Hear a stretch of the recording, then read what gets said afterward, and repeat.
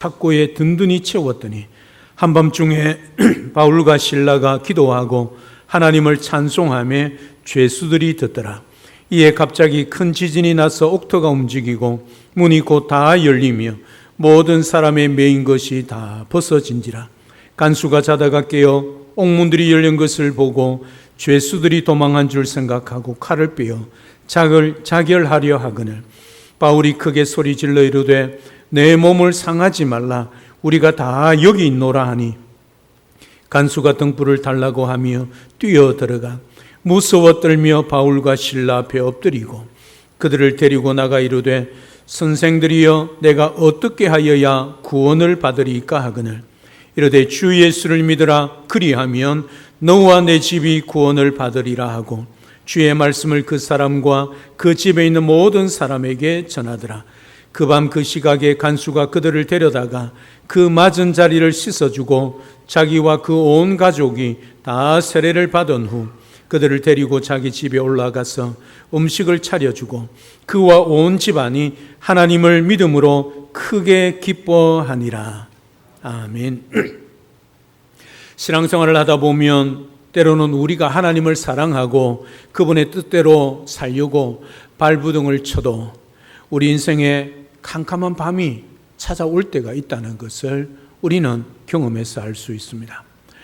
오늘 사도 바울과 실라를 보면 그들의 지금 억울한 상황에 놓여 있습니다.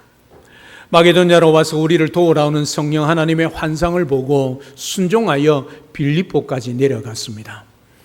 거기서 귀신 들려 노예 생활을 하며 착취당하던 불쌍한 여종을 예수님의 이름으로 고쳐주었습니다. 정말 좋은 일, 선한 일을 하지 않았습니까? 그런데 돌아온 결과가 무엇입니까? 정말 착한 일을 했습니다. 많은 사람들에게 칭찬을 받을 일을 했습니다. 그럼에도 불구하고 여종의 주인들이 그들의 돈벌이에 줄이 끊어진 것을 보고 바울과 실라를 고발했습니다. 1세기 로마의 재판은 거칠었습니다. 변명할 기회조차 없이 그냥 옷을 찢어 벗기고 태장, 채찍으로 수없이 때립니다. 이 채찍이 그냥 가죽 채찍이 아닙니다. 채찍 끝에 쇠붙이나 그런 짐승 뼈조각이 붙어있는 그런 채찍입니다. 한번 내리치면 당길 때 그 살에 박혔던 그 채찍의 끝이 뾰족한 것이 살점을 찢어내는 거지요. 피가 터지는 것이고 피가 철철 흐르는 그런 채찍입니다. 단순한 매를 맞는 정도의 수준이 아닙니다. 그런 채찍을 수없이 맞았습니다. 그리고 오늘 24절을 보면 그들은 깊은 옥에 갇혔습니다. 발에는 무거운 나무 착고가 채여졌습니다. 빛이 단 한 줄기도 안 들어오는 그 칠흑 같은 어두운 감옥, 곰팡이와 오물 냄새가 진동하고 조금만 움직여도 찢겨진 상처가 나무에 돌에 쓸려 고통스러운 그곳, 지금 바울과 실라가 처한 상황입니다. 착한 일을 했습니다. 좋은 일을 했습니다. 칭찬받을 일을 했습니다. 그럼에도 불구하고 오늘 매를 맞고 깊은 감옥에 갇혀 있습니다. 이것이 오늘 우리 성도들 중에 누군가가 겪고 있는 현실일지는 모릅니다. 우리가 열심히 신앙생활을 합니다. 어떻게든 말씀 붙들고 살려고 노력합니다. 그럼에도 불구하고 이 억울한 상황을 우리가 겪을 수 있다는 것을, 또 우리가 그런 현실을 맞이하고 있는 그런 성도들도 있다는 것을 오늘 본문을 통하여 알 수 있습니다. 오늘 우리가 읽은 본문의 바울과 실라의 말씀을 통해 그 절망의 밤이, 그 어두움의 밤이, 고통의 밤이 어떻게 기적의 아침으로 변하는지 그 영적인 비밀을 오늘 함께 깨닫기를 원합니다. 이 시간 말씀을 통하여 여러분들의 묶인 모든 것들이 풀어지는 그런 역사가 일어나기를 우리 주님의 이름으로 축복합니다.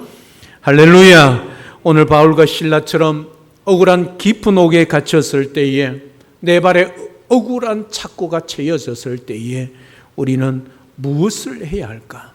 그 순간에 어떻게 해야 할까? 오늘 말씀을 통하여 함께 살펴보고자 합니다. 먼저 고난의 밤에 부르는 찬양의 능력입니다. 오늘 25절에 보면 한밤중에 바울과 실라가 기도하고 하나님을 찬송하며 죄수들이 듣더라, 그렇게 말씀하고 있습니다. 이 짧은 한 구절이 기독교의 위대함을 증명하고 있습니다. 지금 시간이 한밤중입니다. 물리적인 밤일 뿐만 아니라 인생의 가장 어두운 밤입니다. 낮에 맞았던 그 상처 욱신거릴 겁니다. 배는 고프지요. 내일 아침이면 어떻게 될지 모릅니다. 어떻게 보면 처형당할 수 있는 그런 상황입니다. 그런 두려운 시간입니다. 절망의 시간입니다. 억울하여 갇혀있는 그런 시간입니다. 발에 착고가 차여있기 때문에 어찌할 수 없는, 옴짝달싹할 수 없는 그런 순간입니다. 그런데 그들이 지금 무엇을 하고 있습니까? 원망을 하고 있습니까? 하나님이 가라면서요. 순종한 결과가 고작 이것입니까? 그렇게 소리쳤습니까? 아닙니다. 얼마든지 하나님을 향하여 따질 수 있고, 왜 이렇습니까? 물을 수 있는 상황입니다. 말씀드렸습니다. 착한 일, 선한 일, 좋은 일, 칭찬받을 일을 했습니다. 그럼에도 불구하고 억울하게 매를 맞고 지금 착고에 처해 감옥에 갇혀 있습니다. 그런 사람의 입에서 원망이 쏟아나올 수밖에 없지 않겠습니까? 왜 나를 이렇게 하고 있습니까? 왜 나에게 이런 고통과 아픔을 주십니까? 얼마든지 그럴 수 있지 않습니까? 그럼에도 불구하고 그들은, 바울과 실라는 뭘 하고 있느냐 하면, 상처가 사라진 것 아닙니다. 착고가 풀린 것 아닙니다. 깊은 옥에서 나온 것 아닙니다. 여전히 상황은 고통이고 어두움이고 절망의 순간입니다. 그럼에도 불구하고 바울과 실라는 기도하며 하나님을 찬송했습니다. 여기서 찬송한다는 것은 미완료 시제입니다. 미완료 시제란 말은 무슨 말입니까? 그 찬송이 한 번으로 그친 것이 아니라 계속해서 반복되어졌다는 사실이지요. 언제까지 말입니까? 옥문이 열리고 땅이 흔들리는 기적이 일어나고 옥문이 열리고 착고가 풀려있을 그때까지 찬송하고 기도했다는 거지요. 그 찬송과 기도 소리를 죄수들이 들었다. 성경은 그렇게 말씀하고 있습니다. 심리학자 빅터 프랭클은 아우슈비츠 수용소의 지옥 같은 그 경험을 바탕으로 쓴 죽음의 수용소에서 이렇게 말을 했습니다. 인간에게서 모든 것을 빼앗아 갈 수 있어도 단 한 가지, 주어진 환경에서 자신의 태도를 결정하는 자유는 결코 빼앗을 수 없다. 그렇게 말을 했습니다. 무슨 말입니까? 고통의 순간에도, 절망의 순간에도, 가스실에 죽어나갈 수 있는 그런 상황이다 할지라도 그 속에도 불구하고 하나님을 찬양할 수 있는 그 자유는 누구든지 빼앗아갈 수 없다는 그 말이죠. 세상은 바울의 손발을 묶고 등을 찢어 놓았습니다. 하지만 그의 영혼의 자유, 하나님을 향한 신뢰, 하나님을 향한 믿음은 결코 꺾을 수 없었다는 말입니다. 사랑 여러분, 찬양은 내 상황이 좋아서 기뻐서 부를 수도 있습니다. 그러나 찬양은 내 상황과 상관없이, 내 지금 겪고 있는 형편과 상관없이 하나님이 여전히 선하시고 살아계신 통치자이심을 믿기 때문에 선포하는 신앙 고백이 찬양입니다. 밤마다 염려로 잠 못 이루신 분이 계십니까? 원망 대신에 핸드폰을 내려놓고 입술을 열어 하나님을 찬양하십시오. 내 상황이 좋아졌기에 감사해서 찬양하는 것보다 절망의 순간에, 고통의 순간에, 어두움의 순간에도 여전히 하나님은 살아계시고 나를 버리지 아니하시고 내 등 뒤에 나와 함께 하시는 분이심을 믿고 그 하나님을 향하여 입술을 여십시오. 어떤 찬양이든 좋습니다. 여러분들이 18번으로 여기는 찬송이든 어떤 찬송이든 좋습니다. 하나님을 향하여 찬양하십시오. 그게 신앙 고백입니다. 고난 중에 부르는 찬양은 옥토가 흔들리는 기적의 시작입니다. 어둠 속에서도 주님을 찬양하는 여러분의 삶에 하늘의 위로와 하늘의 기적이 임하는 그런 역사들이 일어나는 우리 모든 성도들의 삶이 될 수 있기를 우리 주님의 이름으로 축복합니다. 두 번째, 도망하지 않습니다. 도망하지 않는 이유, 하나님의 목적이 나의 편안보다 크기 때문이지요. 찬양을 부르자 놀라운 일이 일어났습니다. 26절을 보면 큰 지진이 나서 옥토가 움직이고 모든 문이 열리고 모든 사람들의 매여있던 것이 풀렸습니다. 우리가 흔히 설교를 들을 때에 여기까지 듣고 아멘합니다. 맞아, 찬양하면 내 인생에 막힌 문이 열리고 막혔던 길이 열리지, 빚더미의 착고가 풀릴 거야. 그런데 진짜 기적, 진짜 성숙한 신앙은 그 다음 구절에 나옵니다. 옥문이 열렸습니다. 사슬이 풀렸습니다. 억울하게 매를 맞았습니다. 아무런 잘못도 하지 않았습니다. 그럼에도 불구하고 깊은 감옥에 갇혔는데 그 감옥 문이 열렸습니다. 그러면 보통 여러분 어떻게 해야 합니까? 여러분 어떻게 하시겠습니까? 억울하게 누명을 쓰고 감옥에 들어왔습니다. 그런데 찬양을 하자 기적이 일어났습니다. 옥문이 열리고 착고가 풀렸습니다. 이제 자유의 몸이 되었습니다. 그러면 여러분들이 어떻게 하겠습니까? 하나님 살려주셔서 감사합니다 하고 빨리 도망치자, 그러지 않겠습니까? 왜? 억울한 상황이니까. 주랭랑을 쳐야 정상입니다. 그런데 바울과 실라는 도망치지 않습니다. 27절을 보십시오. 졸다가 깬 간수가 옥문들이 다 열린 것을 보고 죄수들이 도망한 줄 알고 칼을 빼어 자결을 하려고 합니다.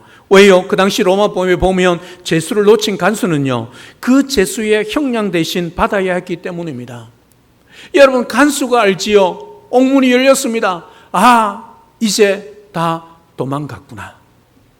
이게 상식 아닙니까? 그래서 자결을 하려고 그럽니다. 어차피 내일 상관에게 죽는 거야. 지금 내 스스로 목을 끊지. 이게 상식입니다. 그럼에도 불구하고 바울과 실라는 도망하지 않았습니다. 오늘 28절에서 바울이 크게 소리치릅니다. 내 몸을 상하지 말라. 우리가 다 여기 있노라. 왜 바울은 옥문이 열렸을 때에 도망치지 않고 왜 그 옥에 여전히 머물러 있었는가 하는 겁니다. 오늘을 깊이 묵상해보고 개혁주의 관점에서 보면 답은 분명합니다. 바울이 깨달은 거지요. 그가 하나님 앞에 찬양했을 때에 큰 지진이 일어나고 옥문이 열리고 발에 착겼던 그 착고가 다 풀렸습니다. 그 순간에 바울이 가야지, 나가야지 마음이 들지 않았겠습니까? 그 순간에 하나님을 바라보는 거지요. 왜 이런 사건이 일어나게 하셨는가 말입니다. 왜 옥문이 열리고 내 착고가 풀렸는가를 하나님 앞에 물은 거지요. 하나님이 지진을 일으킨 것은 단순히 내 손발에 사슬을 풀어 나를 편안하게 해주시는 것이 아니구나. 저 자살을 하려고 자결을 하려고 하는 저 불쌍한 간수, 저 영혼을 구원하기 위하여 이 기적을 이 감옥 안에 나에게 허락하여 주셨구나. 이것이 성숙한 그리스도인의 믿음이고 시각입니다. 하나님의 목적은 그 어떤 사건 속에 나의 편안보다 영혼 구원에 있다는 사실이죠.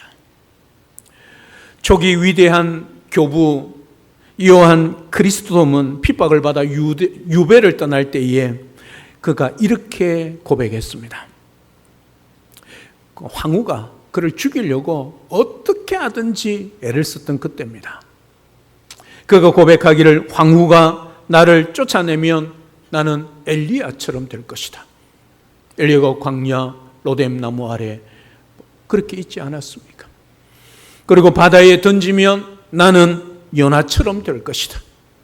그리고 나의 목을 베면 나는 세례 요한처럼 될 것이다. 세상 어디를 가든 그곳은 주님의 땅이기 때문이다. 그렇게 고백했습니다. 우리 역시도 마찬가지지 않습니까? 하나님이 때때로 우리를 힘든 직장에, 질병의 병상에, 힘든 가정에, 감옥에 머물게 하실 때가 있습니다. 문이 열렸습니다. 그럼에도 불구하고 떠나지 못하게 하실 때가 있습니다. 머물게 하실 때가 있습니다. 왜일까요? 그곳에 여러분들을 통해서만 구원받을 이 시대에 여러분들의 간수가 있기 때문입니다.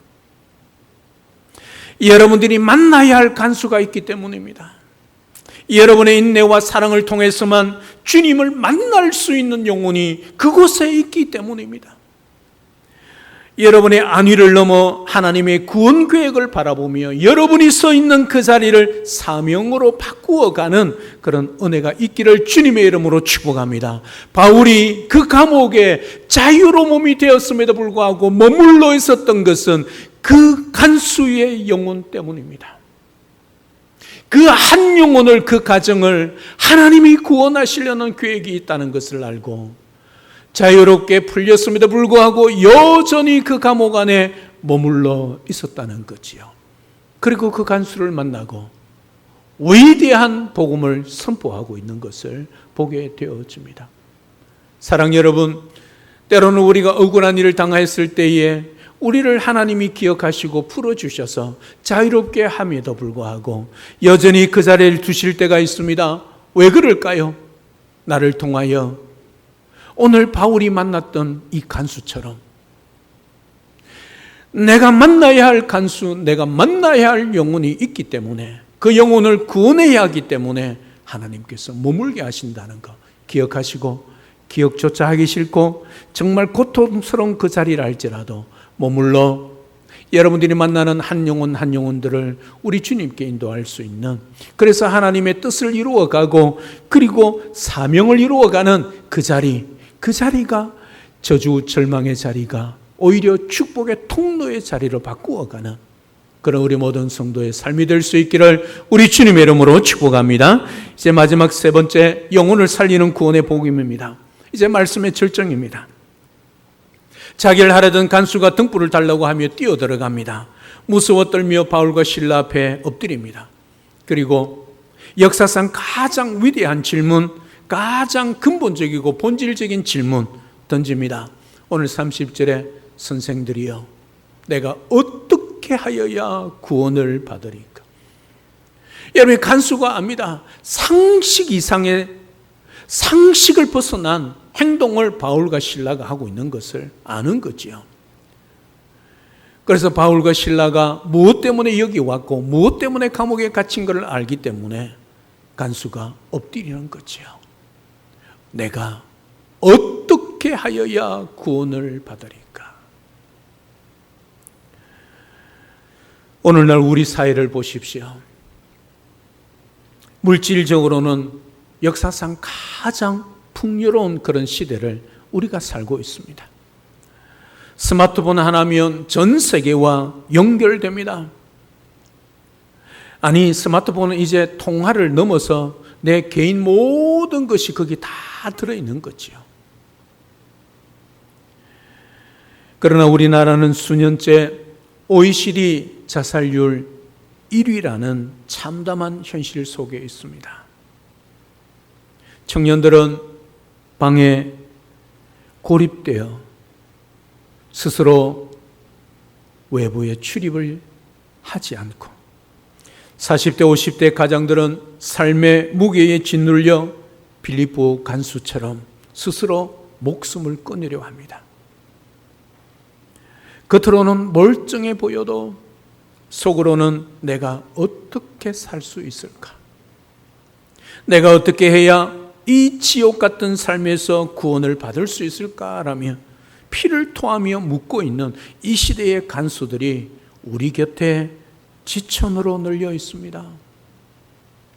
우리가 볼 때 멀쩡하게 잘 살아가는 것처럼 보이지만 그들 인생 삶 속에 깊은 곳을 들여다보면 피눈물을 흘리고 있는 사람들이 우리 주위에 지천이란 거지요. 아니, 멀리 갈 이유도 없습니다. 오늘 이 자리에 우리도 마찬가지지 않습니까? 여러분, 그 질문에 바울은 단 1초의 망설임도 없이 그 유명한 사도행전 16장 31절에 위대한 명제를 선포합니다. 주 예수를 믿으라. 그리하면 너와 내 집이 구원을 받으리라. 할렐루야. 여러분, 이거 외에 복음에 그 이상 그 어떤 것도 없습니다. 주 예수를 믿으라. 그리하면 너와 내 집이 구원을 받으리라. 내가 어떻게 해야 구원을 받을 수 있겠습니까? 바울은 거기에 착하게 살아라, 돈을 많이 벌어서 나누어 주어라, 수행을 많이 해라, 그렇게 말하고 있지 않습니다. 기독교의 복음의 핵심입니다. 주 예수를 믿으라는 거지요. 그러면 너와 내 집이 구원을 받을 수 있다는 것이지요. 사랑 여러분, 우리가 이 땅에 살아가면서 우리가 만나는 우리 이웃들의 그 고통 속에 피를 토하고 묻고 있는, 말은 하지 않을지라도 그들의 삶을 통하여 우리에게 묻고 있는 그들을 향하여 우리가 무엇을 해줄 수 있겠습니까? 돈을 많이 줄 수 있겠습니까? 그들에게 어떤 말로 위로할 수 있겠습니까? 복음의 핵심 아닙니까? 주 예수를 믿으라. 그리하면 너와 내 집이 구원을 받으리라. 여러분, 외치셔야 합니다.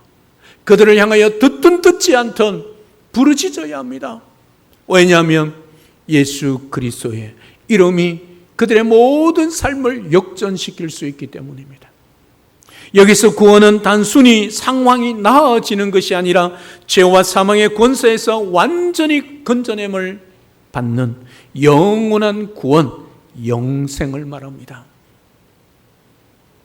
오직 예수 그리스도의 십자가의 보혈의 그 공로를 믿음으로 말미암아 값없이 주어지는 구원. 그래서 사도 바울이 너 선행을 해, 착한 일을 많이 해, 그리하지 않습니다. 주 예수를 믿으라. 그렇게 외치는 거죠. 이 복음이 들어가자 간수의 삶이 그 자리에서 완전히 180도 변합니다. 33절을 보십시오. 그 밤 시각에 간수가 바울과 실라를 데려다가 그 맞은 자리를 씻겨줍니다. 자기를 찌르던 그 칼을 내려놓습니다. 죄수의 상처를 씻겨주는 따뜻한 손길로 변화되었습니다. 그리고 온 가족이 세례를 받고 하나님을 믿음으로 크게 기뻐하더라. 여러분, 이 복음의 역사입니다. 절망 속에 어떻게 살아야 할까? 인생을 어떻게 헤쳐나가야 될까? 겉으로는 멀쩡해 보여도 속으로 탄식하고 있고 피를 토하고 있는 그들에게 주의 복음이 들어가면 크게 기뻐하더라는 역사가 일어나게 된다는 거지요. 이게 복음의 능력입니다. 복음은 삶을, 그 사람을 완전히 바꾸어내는 거지요. 절망에서 탄식하며 피를 토하는 그 아픔 속에서 기쁨으로 크게 기뻐하는 놀라운 역사를 일으켜내는 것이 복음의 역사란 말씀입니다. 만약 바울이 감옥에서 나와 도망쳐서 편안한 여관방에 편안히 누워 있었다면 이 간수와 그리고 가족들은 영원히 지옥으로 갔을 것입니다. 바울의 고난, 바울의 억울함, 바울의 그 묶임은 바로 이 한 영혼 빌립보 간수와 그의 가정을 구원하기 위한 하나님의 치밀하고도 놀라운 구원 계획이었습니다. 여러분, 이 간수와, 이름이 밝혀지지 않은 이 간수와 그 가정이 빌립보 교회 첫 번째 루디아 가정을 이어서 두 번째 성도 가정이 되었다는 사실이지요. 이 간수와 그의 가정이 빌립보의 루디아 다음으로 기둥 같은 일꾼이 되었다는 말씀입니다. 바울이 머물렀던 그 자리, 떠나지 않고 얼마든지 도망치고 떠날 수 있는 자리지만 그 자리에 머물러서 그 간수를 만났을 때에 이 간수가 그의 가정에 빌립보 교회 기둥 같은 일꾼이 되었다는 사실이죠. 이것 때문에 바울이 머물렀습니다. 이것 때문에 성령 하나님이 바울을 감옥에 머물게 하셨다는 사실이죠.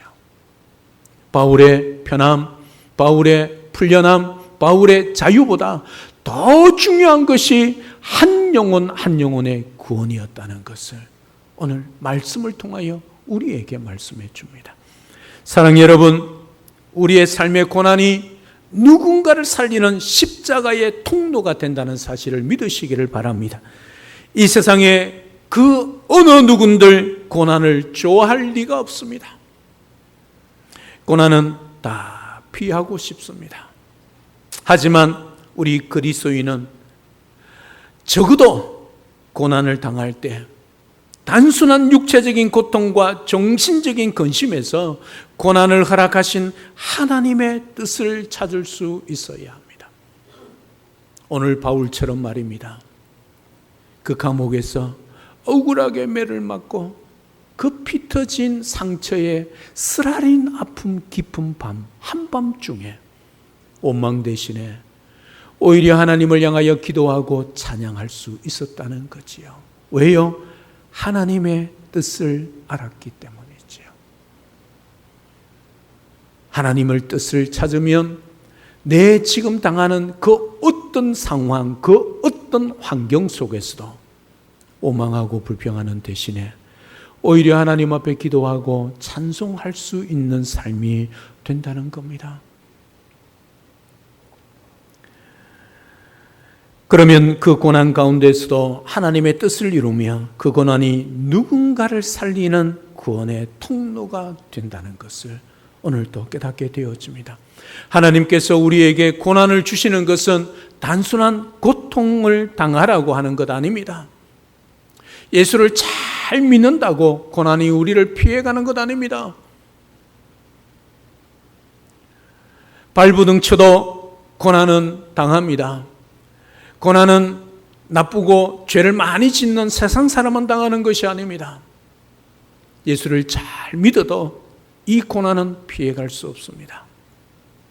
누구에겐가 고난은 닥칩니다. 많고 적고 크고 작고의 차이지 누군가는 다 겪게 되어 있습니다. 그 고난 가운데서 단순한 고통만 바라보지 마시고 구원 역사를 이루며 하나님의 뜻을 이루는 통로란 사실을 기억하고 이 고난을 통하여 하나님이 하실 일이 있고 이 고난을 통하여 만나야 할 영혼이 있고 이 고난을 통하여 구원을 선포해야 할 일이 있다는 것 여러분 기억하십시오. 그리고 그 자리에서 하나님 앞에 찬양하십시오. 언제요? 그 영혼을 만나고 그 영혼을 주님 앞으로 나오게 인도할 때까지 찬송하십시오. 그 찬송한다는 것은 미완료 시제라고 했습니다. 하나님께서 함께 하실 때까지, 하나님이 기적을 베풀어 주실 때까지, 이 구원의 문을 여실 때까지 여러분 그 고통 가운데서도 찬송을 멈추지 마십시오. 내 문제가 다 해결되고 기적이 일어나고 아침에 놀라운 새벽에 빛이 우리에게 비춰온다 할지라도 기도와 찬송은 멈추지 마십시오.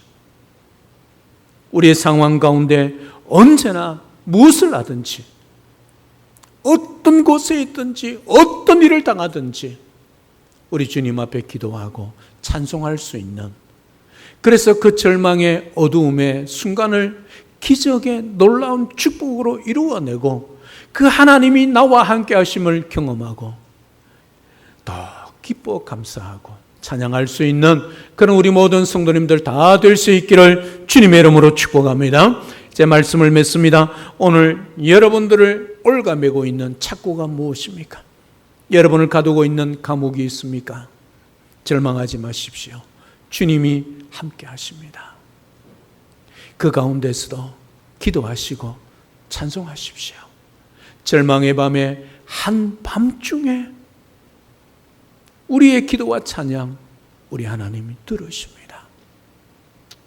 끊임없이 하나님 앞에 올려드리는 그 찬양을 통하여 하나님으로 인생에 묶인 것을 풀어내실 것입니다.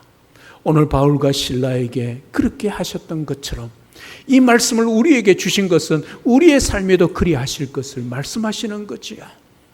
한밤중에 인생의 고통 가운데 절망의 밤에 오망하거나 좌절하고 낙심하여 엎드려 울지 마시고 그 순간에 하나님을 향하여 경배하며 기도하고 찬송하십시오. 찬송을 멈추지 마십시오. 우리 하나님이 응답하실 때까지, 아니 응답하셔도 끝까지 찬송의 삶을 살아가십시오. 찬송으로 절망의 밤을 깨우시고 하나님이 이루어내시는 구원의 놀라운 축복, 새로운 문을 여시고 새로운 길을 여시는 그 하나님을 경험하십시오.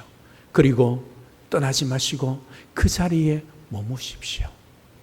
그리고 만나야 할 영혼을 만나시고 그 영혼에게 주 예수를 믿으라. 그리하면 너와 내 집이 구원을 받으리라. 선포하십시오. 겉으로는 멀쩡해 보여도 속으로 아파하고 피눈물 흘리는 영혼들입니다. 그들에게 어떤 것을 주고 어떤 말을 해도 그들은 잠시 일순간은 기뻐할 수 있지 몰라도 영원토록 기뻐할 수 없습니다. 오늘 간수가 예수 그리스도를 믿고 온 가정이 크게 기뻐하더라. 자결하려고 했던 사람입니다. 죽으려고 했던 사람입니다. 그 인생에 큰 기쁨을 주는 것이 복음입니다. 우리 주 예수 그리스도십니다. 여러분, 가정과 일터가 너와 내 집이 구원을 얻는 놀라운 축복의 통로가 되게 하시고 예수 그리스도의 십자가의 사랑과 부활의 능력이 그 캄캄한 밤을 지나는 그 절망의 찬양을 통하여 여러분의 삶에 찬란한 새벽 빛을 이루어내고 영광스러운 기적의 아침을 경험하고 우리 하나님 앞에 영광 올려드리며 사명 감당하는 그런 복된 우리 모든 성도들의 삶이 될 수 있기를 우리 주 예수 그리스도로 축복합니다. 할렐루야. 아멘. 살아계신 하나님 아버지, 은혜와 사랑을 진심으로 감사합니다. 오늘 바울과 실라의 말씀을 통해 캄캄한 감옥 속에서도 찬송할 수 있는 것은 믿음의 비밀, 우리에게 보여주시고 깨닫게 하시니 감사합니다. 이 시간 깊은 옥에 갇혀 눈물을 흘리는 성도들이 있으면 하나님 찾아가 주시옵소서. 육체의 질병으로, 경제적인 어려움으로, 깨어진 관계로 인해 두 발의 무거운 착고를 찬 채 신음하는 성도들이 있다면 하나님 찾아가 주시옵소서. 고난 앞에서도 원망하지 않게 하시고 환경을 뛰어넘어 살아계신 하나님, 오늘 내 눈에 보이지 않지만, 내 귀에 들리지 않지만, 내 손에 잡히지는 않지만 나를 위하여 일하시고 내 등 뒤에 늘 함께 하시는 살아계신 하나님을 바라보며 밤중에도 찬송할 수 있는 믿음 우리에게 허락하여 주옵소서. 우리의 찬송을 통해 굳게 닫힌 옥문이 열리는 기적을 경험하게 하옵소서. 주님, 옥문이 열렸을 때 나 혼자 살겠다고 도망치는 이기적인 신앙이 되지 않고 하나님이 나를 이 고난의 자리에 두신 이유, 나를 통해 구원받아야 할 오늘 이 시대에, 우리 시대에 나의 간수가 있음을 기억하게 하옵소서. 영혼을 살리는 일에 내 삶이 아름답게 쓰임받는, 그리고 절망하며 죽어가는 세상을 하여 주 예수를 믿으라. 그리하면 너와 내 집이 구원을 받으리라. 이 복음을 담대히 선포하여 피눈물을 흘리며 아파하고 있는 그 영혼들을 크게 기쁘게 하는, 영생을 누리도록 하는 우리의 삶이 될 수 있도록 축복하여 주옵소서. 한밤중에 찬송으로 절망의 밤을 깨우며 우리 하나님의 놀라운 역사를 경험하고 새로운 문을 여시고 새로운 길을 여시는 그 하나님을 찬양하며 살아가는 복된 우리 모든 성도의 삶이 될 수 있도록 축복하여 주시옵소서. 예수님의 이름으로 기도드립니다. 아멘.